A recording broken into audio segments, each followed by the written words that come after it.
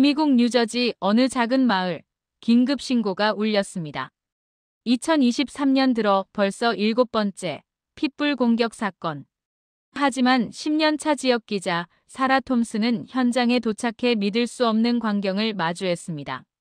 35kg 핏불이 12kg 개에게 항복했다고요? 한국에서 온 작은 개가 핏불을 제압했다는 증언들. 크기가 아니라 5천년 DNA가 승부를 결정한 그날, 한국의 천년기념물 53호는 어떻게 미국 전역을 놀라게 했을까요? 지금부터 그 믿기 힘든 72시간의 기록을 공개합니다. 안녕하세요. 저는 사라 톰슨입니다. 뉴저지주 메이플우드라는 작은 도시에서 10년째 지역 신문 기자로 일하고 있죠. 제 책상 서랍에는 특별한 파일 하나가 있습니다. 제목은 핏불 사건 기록부예요. 2023년 1월부터 9월까지 이 파일은 7개의 사건 보고서로 채워졌습니다. 첫 번째 사건은 3월이었어요. 메인 스트리트 모퉁이에서 산책 중이던 비글이 공격당했죠. 목줄이 끊어진 핏불이 갑자기 달려들었고 비글은 갈비뼈 3대가 부러진 채 동물병원 중환자실로 실려갔습니다. 주인 제니퍼 밀러 씨는 떨리는 목소리로 말했어요. 불과 3초 만에 일어난 일이라고요. 두 번째는 5월 파크 애비뉴의 한 주택 앞마당이었습니다. 6살 남자아이가 자전거를 타다가 핏불과 마주쳤죠. 다행히 아버지가 재빨리 아이를 들어올렸지만 핏불은 자전거 타이어를 물어뜯었습니다. 그 아버지는 지금도 밤에 그 장면이 떠올라 잠을 못 이룬다고 했어요. 세 번째, 네 번째, 다섯 번째. 패턴은 항상 똑같았습니다. 제대로 관리되지 않은 핏불, 갑작스러운 공격, 부상당한 동물이나 사람, 그리고 이어지는 법적 분쟁이었죠. 저는 매번 같은 기사를 쓰는 기분이었어요. 장소와 날짜, 피해자 이름만 바꾸면 되는 템플릿처럼요.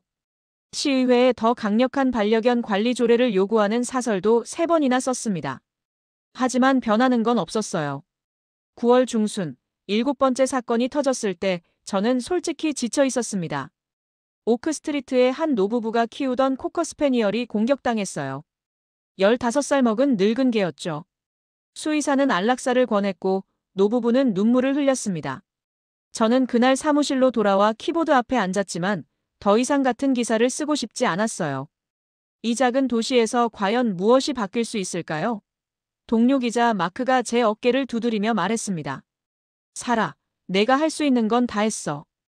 이건 시스템의 문제야. 하지만 저는 알고 있었어요. 기자로서 제가 할 수 있는 건 기록하고 알리는 것뿐이라는 걸요. 그래서 다시 키보드를 두드렸죠. 메이플우드는 인구 2만 3천 명의 평화로운 교외 도시입니다.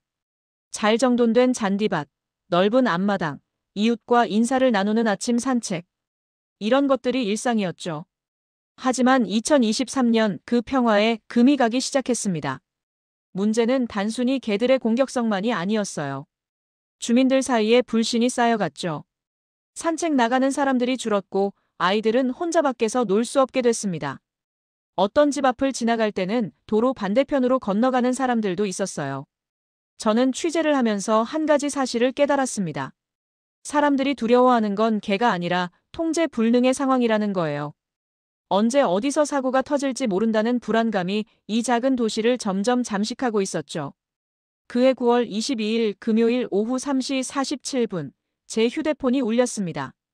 경찰서에서 걸려온 전화였어요. 또다시 반려견 관련 신고가 들어왔다는 내용이었죠. 저는 한숨을 쉬며 가방을 집어들었습니다. 8번째 파일을 열 준비를 하면서요. 경찰서에서 준 주소는 엘름 스트리트 247번지였습니다. 제가 사는 아파트에서 차로 12분 거리였죠. 운전하면서 저는 녹음기를 확인하고 카메라 배터리를 점검했어요.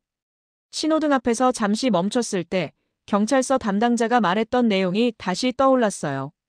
이번엔 좀 다른 케이스라고 했습니다. 핏불이 공격했는데 상대가 이겼다는 거였죠. 처음엔 잘못 들은 줄 알았습니다. 핏불이 공격당했냐고 다시 물었어요. 담당자는 웃으면서 핏불이 공격했는데 졌다고 말했습니다. 한국에서 온 개한테요. 10년간 이 일을 하면서 핏불에게 맞서 이긴 경우를 본 적이 없었거든요. 대형견조차도 핏불의 공격 앞에서는 무력했죠. 엘름 스트리트에 도착했을 때는 오후 4시가 조금 넘은 시간이었어요. 길 양쪽으로 이웃 주민들이 모여 있었고 경찰차 한 대가 비상등을 켜둔 채 서 있었습니다. 평소 사건 현장과는 분위기가 달랐어요. 사람들 얼굴에 공포보다는 놀라움이 가득했죠. 차에서 내리자마자 저는 경찰관 데이비드 존슨을 찾았습니다. 그는 제가 자주 취재하는 담당관이었어요. 무슨 일이냐고 물었죠. 존슨 경관은 고개를 저으며 말했습니다. 솔직히 자기도 믿기지 않는다고 했어요. 현장을 직접 봐야 할 것 같다는 반응이었죠. 그가 가리킨 곳은 247번지 앞마당이었어요. 한 남자가 거대한 핏불을 부축하고 있었고 그 개는 절뚝거리며 걸었습니다. 핏불의 어깨 부위에서 피가 흘러내리고 있었죠. 그리고 길 건너편 집 앞에는 한국계로 보이는 가족이 서 있었습니다. 아버지, 어머니, 그리고 7살쯤 되어 보이는 딸이었어요. 그들 발치에는 흰색 털을 가진 중형견 한 마리가 조용히 앉아 있었습니다. 저는 눈을 의심했어요. 그 개의 크기는 핏불의 3분의 1 정도밖에 안 돼 보였거든요. 체구도 날렵했고 근육질이라기보다는 민첩해 보이는 체형이었죠. 존슨 경관이 설명을 시작했습니다. 30분 전쯤 일이 벌어졌다고 해요. 핏불 주인이 현관문을 열어둔 채로 짐을 나르고 있었는데 핏불이 튀어나갔다는 겁니다. 그리고 김씨 가족이 뒷마당에서 시간을 보내고 있는 걸 보고 달려들었다고 했죠. 그래서 어떻게 됐냐고 물었어요. 존슨 경관은 저 흰개가 막아섰다고 했습니다. 목격자들 말로는 싸움이 약 2분 정도 이어졌는데 결과는 보다시피라는 거였어요. 저는 다시 한번 두 개를 번갈아 봤습니다. 35kg은 좋게 나가 보이는 핏불과 12kg 정도로 추정되는 흰개. 이건 상식적으로 말이 안 되는 상황이었어요. 이웃 주민 한 명이 다가왔습니다. 60대 후반으로 보이는 여성이었죠. 기자냐고 물으면서 자기가 처음부터 끝까지 다 봤다고 했어요. 그 여성 마가렛 윌슨 씨는 흥분된 목소리로 증언을 시작했어요. 핏불이 엄청난 속도로 달려오는 걸 봤다고 합니다. 비명을 지를 준비를 했대요. 분명 끔찍한 일이 벌어질 거라고 생각했다는 거죠. 그런데 흰개가 움직였다고 했습니다. 짖지도 않고 그냥 차분하게 가족 앞을 막아섰죠. 핏불이 부딪혔을 때도 넘어지지 않았다고 해요. 저 작은 체구로 말이죠. 저는 메모를 하면서 고개를 끄덕였습니다. 싸움은 일방적이지 않았다고 했어요. 핏불은 힘으로 밀어붙이려 했지만 흰개는 계속 피하고 또 피했답니다. 마치 댄스를 추는 것 같았고 적절한 순간에 반격했다는 증언이었죠. 다른 목격자도 다가왔습니다. 30대 남성으로 조깅을 하다가 사건을 목격했다고 했어요.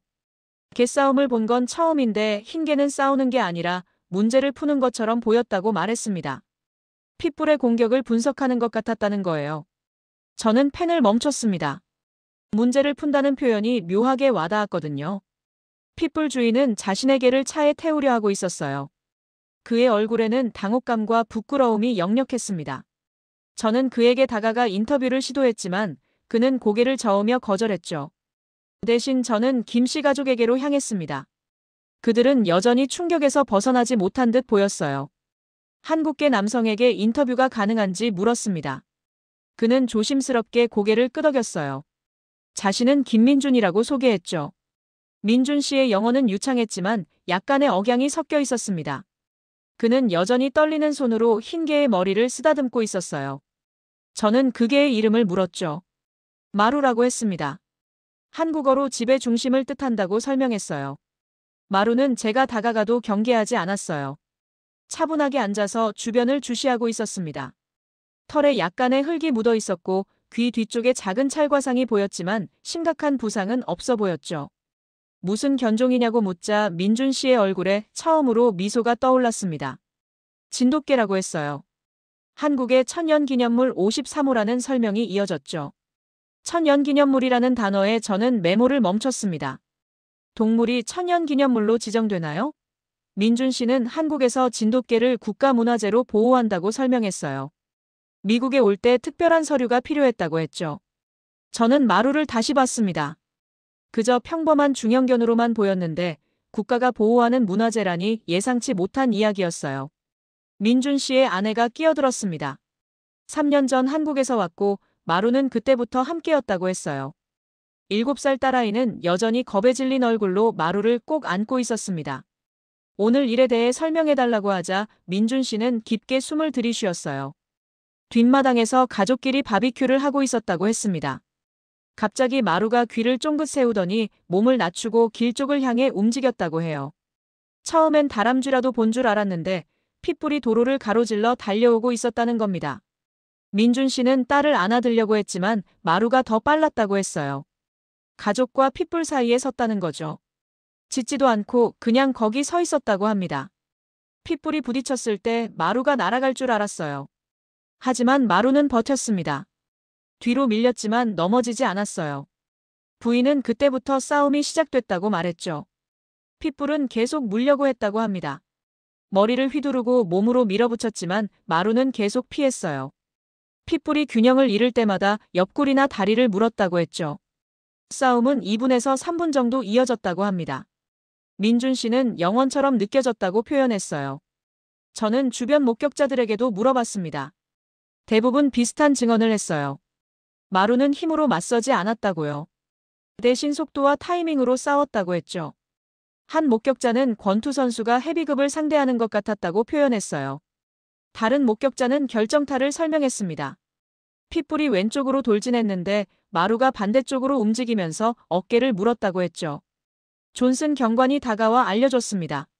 수의사 말로는 깊은 상처는 아니지만 핏불이 완전히 기가 꺾였다고 하더군요. 저는 메모를 정리하면서 한 가지 사실에 주목했어요.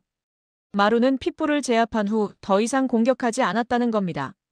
핏불이 땅에 엎드리자 마루는 즉시 물고 있던 걸 놓았다고요. 마루가 원래 이렇게 싸우냐고 물었더니 민준 씨는 고개를 저었어요. 평소엔 아주 온순하고 다른 개들과도 잘 지낸다고 했습니다. 저는 그날 오후 현장에서 이 시간을 보냈어요. 가능한 모든 목격자를 인터뷰했고 사진도 찍었습니다. 마루의 사진도 여러 장 찍었죠. 카메라를 향한 마루의 눈빛은 차분했어요. 사무실로 돌아가는 차 안에서 생각했습니다. 10년간 취재하면서 이런 케이스는 처음이었죠. 체급이 전부가 아니라는 걸 마루가 증명했습니다. 사무실 책상에 앉았을 때는 오후 7시가 넘어 있었습니다. 대부분의 동료들은 퇴근한 상태였고 편집장 로버트만 남아 있었어요. 로버트에게 오늘 사건을 설명하자 그는 반신반의하는 표정을 지었습니다. 12kg 개가 35kg 핏불을 이겼다는 게 믿기지 않는다는 반응이었죠. 저는 현장에서 찍은 사진들을 보여줬어요. 다음 날 아침 저는 추가 취재에 나섰습니다. 어제 현장에 있던 목격자들을 한 명씩 다시 찾아가 더 자세한 이야기를 들으려고 했어요. 첫 번째로 찾아간 곳은 마가렛 윌슨 씨 댁이었습니다. 60대 후반의 그녀는 사건 현장에서 불과 20m 떨어진 집에 살고 있었죠. 어젯밤 잠을 제대로 못 잤다고 했어요. 계속 그 장면이 떠올랐다는 겁니다. 마가렛 씨는 거실 창문으로 모든 걸 목격했다고 했습니다. 핏불이 도로를 가로질러 달려갈 때 심장이 멎는 줄 알았대요. 분명 끔찍한 일이 벌어질 거라고 확신했다고 했죠. 하지만 마루의 반응이 예상과 달랐다고 합니다. 짖거나 도망가지 않았어요. 대신 아주 차분하게 가족 앞으로 걸어가 자리를 잡았다는 겁니다. 특히 충돌 순간을 강조했어요. 핏불이 시속 30km 이상의 속도로 달려와 부딪혔는데 마루가 넘어지지 않았다는 거죠. 싸움에서 가장 인상적이었던 건 마루의 움직임이었대요. 핏불은 직선적으로 공격했지만 마루는 계속 원을 그리며 움직였다고 합니다. 마치 상대의 힘을 흘려보내는 것 같았다고 표현했죠. 두 번째 목격자는 조깅을 하던 30대 남성 제이슨 브라운이었습니다. 그는 IT 엔지니어로 일하고 있었어요. 개싸움을 본 적이 없는데 어제 본 건 싸움이라기보다 문제 해결에 가까웠다고 말했습니다. 제이슨은 특이한 관점을 제시했어요. 마루가 핏불의 공격 패턴을 학습하는 것처럼 보였다는 겁니다. 처음 몇 번은 간신히 피했지만 시간이 지날수록 여유가 생겼다고 했어요. 핏불이 왼쪽에서 공격하면 마루는 오른쪽으로 피했습니다. 정면에서 오면 옆으로 빠졌죠. 그리고 핏불이 방향을 바꾸는 그 짧은 순간에 반격했다고 합니다. 제이슨은 알고리즘에 비유했어요. 입력값을 받아서 최적의 출력값을 내는 것처럼 마루가 움직였다는 겁니다. 세 번째 증언은 반대편 집에 사는 은퇴한 교사 헨리 데이비스 씨였습니다. 그는 40년간 고등학교에서 생물을 가르쳤다고 했어요. 헨리 씨는 동물 행동학적 관점에서 설명했습니다. 핏불은 본능적으로 싸웠지만 마루는 전략적으로 움직였다는 거죠. 핏불의 목표는 상대를 제압하는 것이었지만 마루의 목표는 가족을 지키는 것이었다고 분석했어요. 특히 마지막 순간을 강조했습니다. 핏불이 항복의 자세를 취하자 마루가 즉시 공격을 멈췄다는 거예요. 이건 고도로 사회화된 동물의 행동이라고 설명했죠. 야생 늑대들도 비슷하게 행동한다고 덧붙였습니다. 항복한 상대를 더 이상 공격하지 않는 건 무리 생활을 하는 동물의 본능이라는 설명이었어요. 저는 그날 오후 5명의 목격자를 더 만났습니다. 모두 비슷한 이야기를 했어요. 마루는 힘으로 이긴 게 아니라 지능으로 이겼다고요. 한 목격자는 체스를 두는 것 같았다고 표현했습니다. 상대의 다음 수를 예측하는 것처럼 보였다는 거예요. 다른 목격자는 마루의 눈빛을 기억했습니다. 광분하거나 흥분한 게 아니라 집중하고 있었다고 했어요. 저녁 무렵 사무실로 돌아왔을 때 저는 확신이 섰습니다. 이건 단순한 개싸움 기사가 아니었어요. 본능과 지능의 대결이었고 크기와 전략의 충돌이었습니다. 노트북을 열고 키보드에 손을 얹었어요. 10년간 써온 핏불 관련 기사들과는 완전히 다른 이야기였습니다. 화면에 제목을 입력했습니다. 12kg의 용기 한국 천연 기념물이 메이플우드에 가르쳐준 것. 기사를 쓰기 전에 저는 한 가지 의문이 생겼습니다. 진돗개가 정확히 무엇인지 제대로 알아야 했어요. 민준 씨가 말한 천연 기념물 53호라는 게 구체적으로 어떤 의미인지 궁금했죠. 구글에 진돗개 천연 기념물을 검색했습니다. 나온 결과에 저는 놀랐어요. 1962년부터 한국 정부가 공식적으로 보호하고 있다는 내용이었습니다. 60년 넘게 국가 차원에서 관리해온 거죠. 더 흥미로운 건 관리 시스템이었습니다. 진돗개는 생후 6개월이 되면 24개 항목의 심사를 받는다고 했어요. 머리 모양부터 체형, 꼬리, 이빨까지 세밀하게 검사한다는 겁니다. 검색 결과에서 진도군 진돗개 연구소 홈페이지를 찾았습니다. 영문 페이지도 있었어요. 진돗개는 2mm 크기의 전자칩으로 관리된다고 했습니다. 칩에는 출생정보, 외모, 주소, 심사 점수가 기록돼요. 3대 이상의 가계도를 추적할 수 있다는 내용도 있었죠. 저는 메모를 하면서 생각했습니다. 이건 단순한 반려견 관리가 아니었어요. 문화재 보존에 가까웠죠. 다음 날 오전 저는 다시 김민준 씨에게 연락했습니다. 마루에 대해 더 자세히 알고 싶다고 했어요. 민준 씨는 흔쾌히 응했습니다. 민준 씨 집 거실에는 마루의 서류가 정리돼 있었어요. 한국에서 가져온 혈통 증명서였습니다. 한글과 영문이 함께 적혀 있었죠. 마루는 2020년 진도에서 태어났다고 했습니다. 부모와 조부모의 이름도 모두 기록돼 있었어요. 6개월 때 받은 심사에서 24개 항목 중 22개 항목에서 우수 판정을 받았다고 했죠. 민준 씨는 이 서류가 없으면 마루를 한국 밖으로 데리고 나올 수 없다고 설명했습니다. 천연기념물을 해외로 반출하려면 문화재청의 허가가 필요하다는 겁니다. 저는 서류를 사진으로 찍었습니다. 마루를 데리고 온 과정도 들었어요. 서류 준비에만 3개월이 걸렸다고 했습니다. 동물 검역은 기본이고 문화재 반출 허가까지 받아야 했다는 겁니다. 진돗개의 특징을 물어보자 민준 씨는 잠시 생각하더니 대답했어요. 첫째는 충성심이라고 했습니다. 한 주인만을 평생 섬긴다는 겁니다. 둘째는 영리함이고요. 상황 판단 능력이 뛰어나다고 했죠. 셋째가 가장 인상적이었습니다. 불필요한 공격을 하지 않는다는 거예요. 위협이 사라지면 즉시 공격을 멈춘다고 했습니다. 민족의 정신이라고 생각해요. 저는 그 말을 메모했습니다.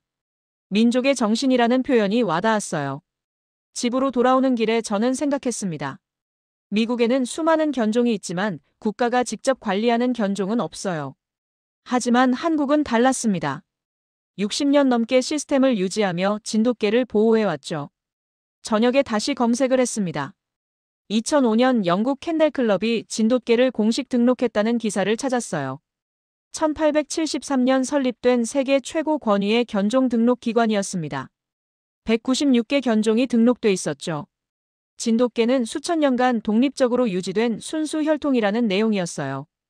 DNA 분석 결과 다른 견종과 교배된 흔적이 전혀 없었다는 겁니다. 토요일 아침 저는 사무실에 일찍 출근했습니다. 지난 이틀간 모은 자료를 펼쳐놓고 노트북 앞에 앉았죠. 기사는 3,000단어 분량이었습니다. 평소 제가 쓰는 기사의 2배였어요. 오후 2시에 편집장 로버트에게 초안을 보냈어요. 30분 후 그가 전화를 걸어왔습니다. 이 기사를 일면 톱으로 싣겠다고 했어요. 월요일 아침 신문이 나왔습니다. 반응은 예상보다 빨랐어요. 오전 10시부터 신문사 전화가 울리기 시작했습니다. 첫 번째 전화는 메이플우드 시의원이었습니다. 반려견 관리 조례를 재검토하겠다는 내용이었어요. 두 번째는 뉴저지 주립대학교 수의학과 교수였습니다. 마루의 행동 패턴을 연구하고 싶다고 했죠. 오후에는 지역방송국에서 연락이 왔습니다. 저와 김민준 씨 가족을 인터뷰하고 싶다고 했어요. 민준 씨는 처음엔 망설였지만 결국 동의했습니다. 화요일 저녁 5분짜리 특집 리포트가 나갔습니다. 방송 다음 날 신문사 웹사이트 트래픽이 전날보다 10배 이상 늘어났어요. 기사 댓글도 200개가 넘게 달렸습니다. 목요일에는 뉴욕타임스 지역판 기자가 저에게 연락했습니다. 한국의 천연기념물 제도와 미국의 반려견 문화를 비교하는 기사를 쓰고 싶다고 했어요. 메이플우드 마을도 변하기 시작했습니다. 이웃들이 김씨 가족을 알아보고 인사를 건넸어요. 핏불 주인은 공식 사과문을 냈습니다. 타이슨을 전문 훈련소에 보냈다는 내용이었죠. 금요일 저녁 저는 민준 씨 가족을 다시 찾아갔습니다. 민준 씨는 웃으며 말했습니다. 마을 사람들의 태도가 완전히 달라졌다고요. 딸아이는 학교에서 인기가 많아졌다고 했어요. 마루는 여전히 조용했지만 산책할 때마다 사람들의 관심을 받았죠. 월요일 아침 출근하자마자 제 이메일함이 폭발 직전이었습니다. 하룻밤 사이 150통이 넘는 메일이 들어와 있었어요. 대부분 언론사와 방송국에서 온 취재 요청이었죠. AP통신 기자가 가장 먼저 전화를 걸어왔습니다. 제 기사를 전국 배포하고 싶다는 내용이었어요. 동의를 구하는 형식이었지만 사실상 통보에 가까웠죠. 저는 당연히 승인했습니다. 화요일 오전 AP통신을 통해 기사가 전국으로 퍼져나갔습니다. 로스앤젤레스 타임스, 시카고 트리뷴, 보스턴 글로브 등 주요 일간지들이 이 이야기를 다뤘어요. 제목은 조금씩 달랐지만 핵심은 같았죠. CNN 온라인 섹션에도 기사가 실렸습니다. 동영상 클립과 함께였어요. 조회수가 하루 만에 50만을 넘었습니다. 댓글란은 한국과 진돗개에 대한 이야기로 가득 찼죠. 수요일에는 더 놀라운 일이 벌어졌습니다. 한국 대사관 문화원에서 저에게 연락이 온 겁니다. 문화 담당 서기관이라는 분이었어요. 진돗개와 한국 문화에 대한 정확한 보도에 감사한다는 내용이었습니다. 서기관은 추가 자료를 보내주겠다고 했어요. 진도군의 공식 자료와 영국 캔넬클럽 등록 과정에 대한 문서였죠. 제가 쓴 기사를 한국어로 번역해서 한국 언론에도 소개하고 싶다고 했습니다. 목요일 아침 저는 놀라운 이메일을 받았습니다. 한국의 주요 방송사 KBS에서 온 거였어요. 다큐멘터리 팀이 메이플우드를 방문해서 취재하고 싶다는 내용이었죠. 제작진은 다음 주에 도착한다고 했습니다. 김민준 씨 가족과 저를 인터뷰하고 마루의 일상을 촬영하고 싶다는 겁니다. 한국에서 방영된 후 유튜브에도 올린다고 했어요. 같은 날 오후 저는 신기한 현상을 발견했습니다. 구글 트렌드에서 진돗개 검색량이 급증한 겁니다. 전주 대비 1000% 증가였어요. 대부분 미국 내 검색이었죠. 아마존에서 진돗개 관련 책 판매량도 늘었다고 했습니다. 한 출판사는 진돗개 사진집 영문판을 재출간하기로 결정했어요. 절판됐던 책이었는데 갑자기 수요가 생긴 겁니다. 금요일에는 더 흥미로운 연락이 왔습니다. 미국 캔넬클럽에서 온 이메일이었어요. 진돗개에 대한 문의가 급증했다는 내용이었죠. 많은 사람들이 진돗개 브리더를 찾고 있다고 했습니다. 하지만 문제가 있었어요. 미국 내 진돗개 브리더가 거의 없다는 겁니다. 한국에서 직접 데려와야 하는데 천연기념물 반출이 까다롭다고 했죠. 수요는 있는데 공급이 따라가지 못하는 상황이었습니다. 저는 이 내용도 후속 기사로 작성했습니다. 진돗개에 대한 관심은 높지만 쉽게 입양할 수 없다는 내용이었어요. 오히려 이게 진돗개의 가치를 더 높였다는 분석도 덧붙였죠. 주말에 민준 씨에게 전화를 걸었습니다. 한국 방송사 취재권을 알려주려고요. 민준 씨는 놀라워했습니다. 자신들의 이야기가 한국까지 전해질 줄은 몰랐다고 했어요. 다음 주 화요일 KBS 제작진이 도착했습니다. PD와 카메라맨, 리포터로 구성된 3인 팀이었어요. 그들은 이틀간 메이플우드에 머물며 취재했습니다. 저도 인터뷰에 응했습니다. 리포터가 물었어요. 이 이야기가 왜 미국인들에게 감동을 줬다고 생각하냐고요. 저는 솔직하게 대답했습니다. 미국 사회는 힘과 크기를 중시한다고요. 하지만 마루는 다른 가치를 보여줬다고 했습니다. 지능과 전략, 그리고 절제된 힘이었죠. 크기가 전부가 아니라는 걸 12kg 개가 증명했어요. KBS 다큐멘터리는 한 달 후 방영됐습니다. 한국에서 큰 반응을 얻었다고 들었어요. 유튜브 조회수도 100만을 넘었다고 했죠. 그 후로도 진돗개에 대한 관심은 계속됐습니다. 각종 반려동물 잡지에서 진돗개 특집을 다뤘어요. 동물 채널에서도 다큐멘터리를 제작했죠. 6개월이 흘렀습니다. 가을이 깊어지고 메이플우드에는 단풍이 물들기 시작했어요. 저는 다시 엘름 스트리트를 찾았습니다. 후속 취재 겸 개인적인 궁금증 때문이었죠. 김민준 씨 집 앞마당에는 작은 변화가 있었습니다. 이웃들이 선물한 화분들이 현관 양쪽에 놓여 있었어요. 마루를 위한 간식 바구니도 보였죠. 민준 씨가 문을 열어줬습니다. 얼굴에는 여유가 느껴졌어요. 6개월 전의 긴장감은 완전히 사라져 있었습니다. 거실에서 차를 마시며 이야기를 나눴습니다. 마을의 분위기가 어떻게 달라졌는지 물어봤어요. 민준 씨는 웃으며 대답했습니다. 완전히 다른 곳에 사는 기분이라고요. 이웃들은 이제 먼저 인사를 건넵니다. 주말이면 바비큐 파티에 초대하고 명절에는 음식을 나눠 먹죠. 딸아이는 학교에서 친구들이 많이 생겼다고 했어요. 마루 덕분이라고 했습니다. 마루는 여전히 조용했습니다. 거실 한쪽에 자리를 잡고 우리를 바라보고 있었어요. 6개월 전과 똑같은 차분한 눈빛이었죠. 영웅이 됐다는 사실을 모르는 것 같았습니다. 산책을 함께 나갔습니다. 예전에는 민준 씨 가족이 마루와 걸으면 사람들이 피했다고 해요. 낯선 동양계를 경계했던 거죠. 하지만 이제는 달랐습니다. 지나가는 사람들이 마루를 알아보고 손을 흔들었어요. 어떤 이는 사진을 찍어도 되냐고 물었습니다. 아이들은 마루를 쓰다듬고 싶어 했죠. 마루는 모든 걸 조용히 받아들였습니다. 길 건너편 집에서 나온 사람이 있었습니다. 핏불 타이슨의 주인이었어요. 그는 우리를 보자 잠시 망설이다가 다가왔습니다. 6개월 전과는 다른 사람 같았어요. 표정에 오만함이 사라졌고 목소리도 부드러워졌습니다. 타이슨은 훈련소에서 돌아온 후 완전히 달라졌다고 했어요. 이제는 다른 개들을 봐도 공격하지 않는다고 했죠. 그는 민준 씨에게 다시 한번 사과했습니다. 그리고 마루를 조심스럽게 쓰다듬었어요. 마루는 가만히 서서 그의 손길을 받아들였습니다. 과거의 적을 용서하는 것처럼 보였죠.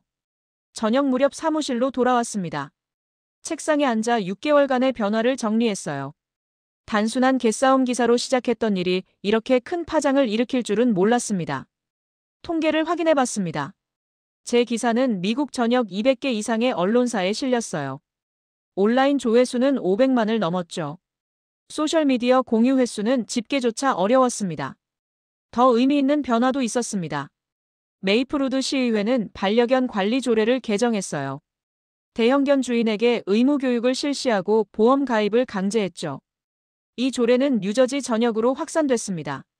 한국 대사관 문화원에서는 진돗개 사진전을 열었습니다. 워싱턴 DC에서 한 달간 진행됐는데 1만 명이 넘는 방문객이 다녀갔다고 해요. 전시는 뉴욕과 로스앤젤레스로도 순회했죠. 노트북을 열고 마지막 문장을 입력했습니다. 이 6개월간의 기록을 정리하는 후속 기사였어요. 체급이 전부가 아니라는 걸 마루가 증명했습니다. 힘보다 지능이, 공격성보다 절제가 더 강할 수 있다는 걸 보여줬죠. 그리고 한 나라가 수천 년간 지켜온 가치가 얼마나 소중한지도 알려줬습니다. 10년간 같은 패턴의 기사를 써온 저에게 마루는 새로운 시각을 줬어요. 진정한 강함이란 상대를 제압하는 게 아니라 지켜야 할 것을 지키는 거라는 걸요. 창밖을 봤습니다. 메이플우드의 저녁이 고요했어요. 어딘가에서 마루도 가족 곁에서 조용히 쉬고 있겠죠. 12kg의 작은 몸으로 한 마을을 바꾼 영웅처럼요. 오늘 영상은 여기까지입니다. 영상을 주변에 공유해서 진돗개의 위상을 알려주세요. 여러분의 구독과 좋아요는 큰 힘이 됩니다. 감사합니다.